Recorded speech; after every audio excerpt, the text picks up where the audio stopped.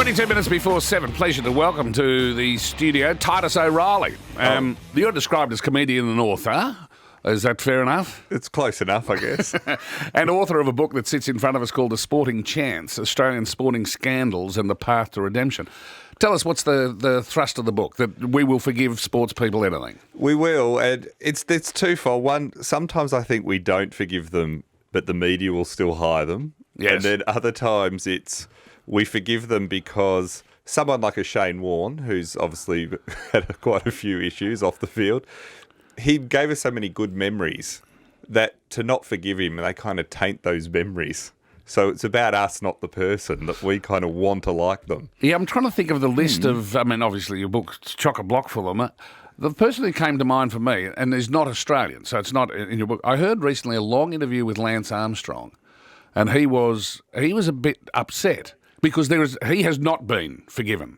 No. Lance Armstrong. No. And he was sort of saying, well, hang on, Alex Rodriguez from the Yankees, he did the same thing, and he's got jobs in the media and everyone forgives him. How come they haven't forgiven me? Yes. But Australians are maybe a bit more forgiving. Well, we are, although there are ways you can not be forgiven. So I've got in the book Jason Ackermanis, who's said a couple of things that sort of got him out of... he said some things about Jim Steins in the days after his death that weren't too pleasant.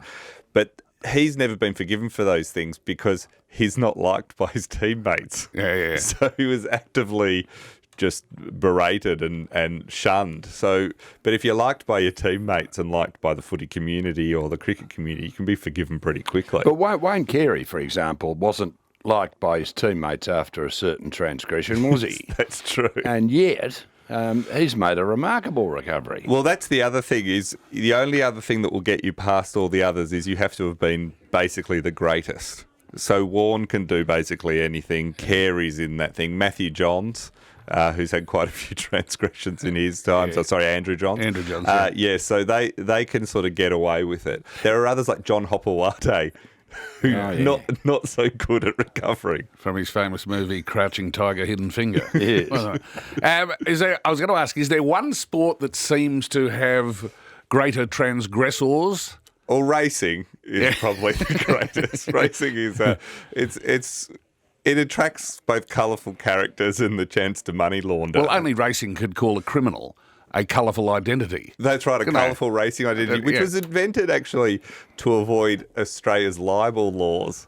Is that right? Yes, because they used to, someone was a criminal, but they didn't necessarily have the proof. Yeah. So it became journalistic shorthand, especially in Sydney at first, to just call them a colourful racing identity. A bit like the way that people are described as, what's he like? He doesn't suffer fools gladly. Oh, he's got a terrible temper. He's not a very nice person. Yeah. Enjoyed life to the fullest. He's an alcoholic. Yeah. What about the bloke who's got an eye for the ladies? Yes, he's a pants man. That's right. What are your favourite sporting scandals? Well, the John Hopewate one was great because his coach came out afterwards as his defence and said, look, these things happen sometimes 10 times a game. Right? So I did the I did the calculations. If he's right, this was immediately after the game, and I said, well, there's 200 NRL games a year, including finals, which would mean that's happening 10,000 times a season, which makes you wonder how they're playing any sport whatsoever. I was wondering whether NRL is NRL more represented than Australian rules football, or are we kidding ourselves there, that both footy codes are about the same? NRL has some different issues. So NRL they've had a couple of incidences involving dogs, which were well publicised. So they're the first... Leading to one of the funniest front pages of a newspaper in the history of Australian journalism, when the Daily Telegraph published the photograph of that rugby player with the dog and pixelated the dog's face. Exactly. Which not to embarrass it when it's spotted at the dog park. I mean, that was one of my all-time favourites because they've had to... put a member of the RSPCA in their integrity unit in the NRL.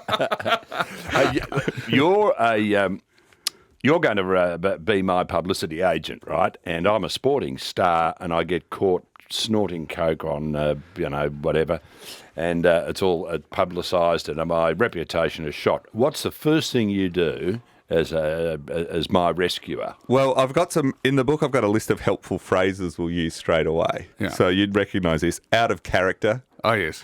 Genuinely remorseful. Mm-hmm. You can also say a brain fade or a brain snap. That gets used every single time. Yeah. A wake-up call. Oh, yes. A learning process for us all.